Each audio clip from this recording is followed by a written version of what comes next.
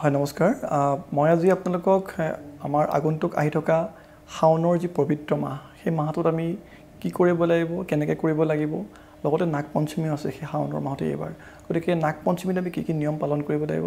জ্যোতিষীসকলৰ যি পৰামৰ্শ মতে নাগ পঞ্চমী বা শাওনৰ মাহত আমি আমাৰ পবিত্ৰ সেই দুটা আমাৰ সময় সেই সময়ত আমি কি কাম কৰিব লাগে মই তাৰ বিষয়ে আপোনাক ক'ব বিচাৰিছোঁ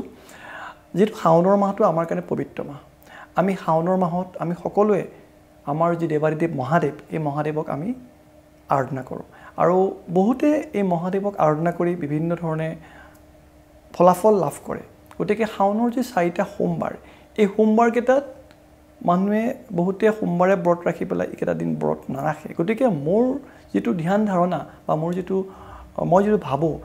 শাওনৰ প্ৰথম সোমবাৰ আৰম্ভ হোৱাৰ পৰা শেষৰ সোমবাৰলৈকে মানুহে যদি আমিষ ভোজি হয় তেও নিৰামিষ খাব লাগে প্ৰথম সত্যটো সেইটো কাৰণ নিৰামিষ খালেহে মানুহৰ ভিতৰত থকা যেটো অৰা বা যেটো পজিটিভিটি সেই পজিটিভিটি এনাৰ্জিটো বেছিকে ওলাই আহে আৰু পজিটিভ মানে এনাৰ্জিটো পজিটিভ হয় আমাৰ বহুত নেগেটিভ এনাৰ্জি আমি লৈ থাকোঁ গতিকে এই নেগেটিভ এনাৰ্জিটো নাশ কৰিবৰ কাৰণে পজিটিভ এনাৰ্জিৰ যেটো স্ৰোত সেই স্ৰোতটো আমি বঢ়াব লাগে বডিত গতিকে প্ৰথম স্ৰোতটো আপোনালোকে সদায় নিৰামিষ খাব লাগে আৰু প্ৰথম সোমবাৰে আপোনালোকে কি কৰিব লাগে শিৱ বাবাৰ যিকোনো থান হ'ব পাৰে যিকোনো জায়গাত হ'ব পাৰে বা কাৰোবাৰ থান নাই ওচৰতে শিৱৰ লিংগ আছে বা বেলৰ গছ আছে তাতো আপোনালোকে যি আমাৰ গাখীৰ আছে এৱা গাখীৰ যি গংগাজল আছে যি পানী আছে বা এঘটি পানী গংগাজল আৰু বেলপাত কোনোবাই 8টা নিয়ে কোনোবাই 108টা নিয়ে বা 3টা নিয়ে লগতে আমাৰ যি চন্দন আছে আমি যেটো পিছ কৰা চন্দন সেই চন্দনটো লেপন আমি নিজে উলিয়াই বা নিজে পিছি চন্দনৰ যেটো আমি পেষ্ট বনাই সেই চন্দনটো আমি শিৱলিংগত আমি সেই লিংগ অভিষেক কৰিব লাগে বা যদি লিংগ নাই আমি সেইটো আমি বেলগছত আমি ঢালিব লাগে সেই চন্দনৰ লেপনৰ পানীটো বা গংগাজল বা আমি গাখীৰ কিন্তু বেলপাত দিবলৈ নাপাহৰিব বেলপাতে আমাৰ যি আশা সেই আশাটো পূৰণ কৰাত সহায় কৰে আৰু লিংগত আৰু বেলেগ বেলেগ বহুতখিনি নিয়ম আছে তাত বেলেগ বেলেগ দেৱতাৰো বসবাস স্থান হয় যেটো শিৱৰ লিংগ গতিকে এই লিংগৰ যি আকাৰ থাকে সেই আকাৰত বেলেগ বেলেগ দেৱতাৰ বাস থাকে গতিকে সেই দেৱতাসকলৰো বসবাসৰ কাৰণে মানে তেওঁলোকৰ পূজা অৰ্চনা তেনে পদ্ধতিৰে কৰিব লগা হয় গতিকে মই যেটো ভাবো যে শাওনৰ মাহটোৰ যি পবিত্ৰতা সেই পবিত্ৰতা আমি অক্ষুণ্ণ ৰাখিব লাগে আৰু শাওনৰ মাহত যিমান আমাৰ শিৱস্থান আছে এতিয়া শিৱ হৈছে অনাৰ্য দেৱতা এই অনাৰ্য দেৱতাৰ যি স্থান ভাৰতবৰ্ষৰ যি স্থানত আমাৰ 12টা জ্যোতিৰ্লিংগ আছে এই 12টা জ্যোতিৰ্লিংগ বা 51টা শক্তিপীঠ এটা 51টা শক্তিপীঠ আৰু 12টা জ্যোতিৰ্লিংগ আপুনি শক্তিপীঠ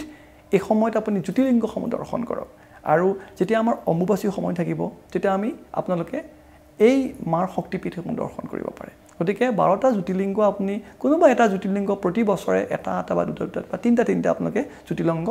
জ্যোতিৰ্লিংগ এই সময়ত শাওনৰ মাহত দৰ্শন কৰিব পাৰে যেটো গোটেই মাহজোৰা এটা আমাৰ অনুষ্ঠান হয় শাওনৰ মাহ এই গোটেই মাহটো আপোনালোকে এই দৰ্শন শিৱৰ যিবোৰ স্থান যেটো জ্যোতিৰ্লিংগ যেটো আমাৰ পাৱাৰ অফ এনাৰ্জি এই লিংগসমূহত আছে এই বস্তুবোৰ আপোনালোকে তাত গৈ পেলাই শিৱক আৰাধনা কৰিব পাৰে আৰু এটা কথা শিৱ হৈছে অতি সোনকালে সন্তুষ্ট হোৱা দেৱতা যেটো তেওঁ নিৰাকাৰ তেওঁ শিৱ এক শক্তি এই শক্তিক ধ্যান কৰিব হলে শক্তিক আৰাধনা কৰিবলগীয়া হলে খুব কম সময়তে আমাৰ শিৱ বাবা বা ভোলানাথ আমাৰ সোনকালে সন্তুষ্ট হয় গতিকে আপোনালোকে যদি একান্ত মনেৰে এই স্থানসমূহত যায় তেতিয়াহলে আপোনালোকৰ মনোবাঞ্ছা পূৰ্ণ হ'ব লগতে এটা কথা কওঁ যাৰ যি দুখ থাকে এটা কিছুমানৰ কালসৰ্প দুখ থাকে কিছুমান মাংগলিক দুখ থাকে এও তেনেকৈ জ্যোতিষীয় বিভিন্ন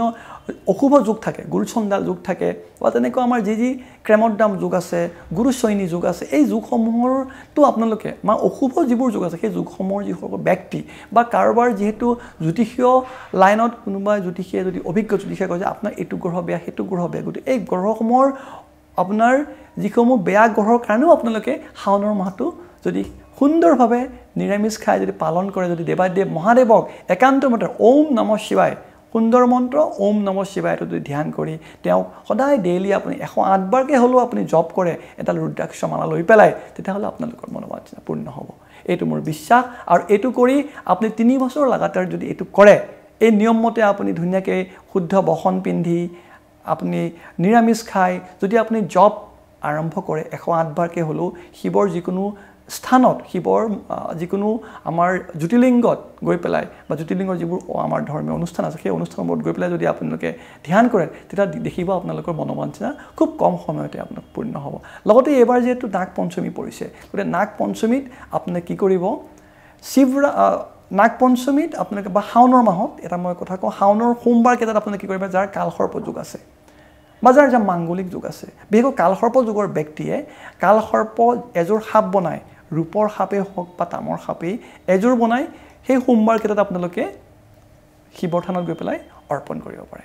এইটো 1 নম্বৰ উপায় 2 নম্বৰ যেটো নাগ পঞ্চমী আহি আছে নাগ পঞ্চমীৰ সময়তো এই নাগ পঞ্চমীৰ সময়ত আপোনালোকে য'ত শিৱৰ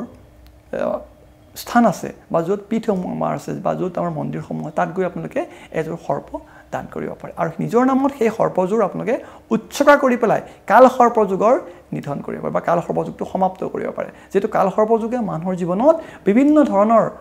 অপায় অমংগল দূৰ কৰিব পাৰে গতিকে জ্যোতিষীয় ভাল জ্যোতিষীয়ৰ পৰামৰ্শ লৈ অভিজ্ঞ জ্যোতিষীৰ পৰামৰ্শ লৈ কি ধৰণে কি নিয়ম কৰিব লাগে সেই অভিজ্ঞ জ্যোতিষীসকলে আপোনালোকক কৰিব গতিকে জ্যোতিষীয় সকলৰ ওচৰত গৈ সুন্দৰ পৰামৰ্শ লৈ এই সময়ত যদি আপোনালোকে এই নিয়মবোৰ কিছু পৰিমাণে হলেও পালন কৰে তেতিয়াহ'লে দেখিবা আপোনালোকৰ জীৱনত যিবোৰ সমস্যা আছে সেই সমস্যাসমূহৰ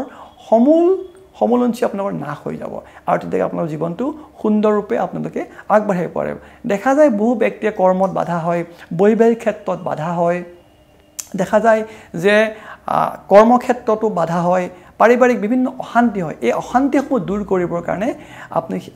শাওনৰ মাহটো পালন কৰিব লাগে বা নাগ পঞ্চমীটো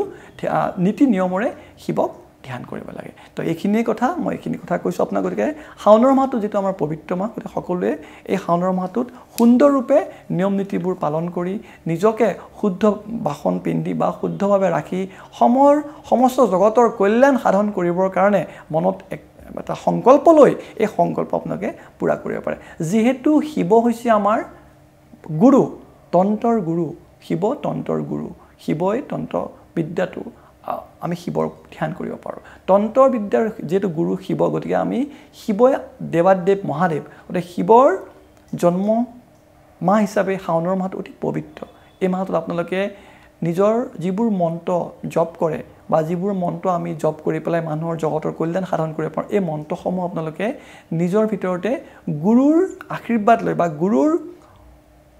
দীক্ষা লৈ আপোনালোকে এই মন্ত্ৰসমূহ এই মাহত যদি জপ কৰে আপোনালোকৰ অভিষ্ট নিশ্চয় সিদ্ধি হ'ব আৰু জগতৰ কল্যাণ হ'ব ওম নমঃ শিৱায় ওম নমঃ শিৱায় ওম নমঃ শিৱায়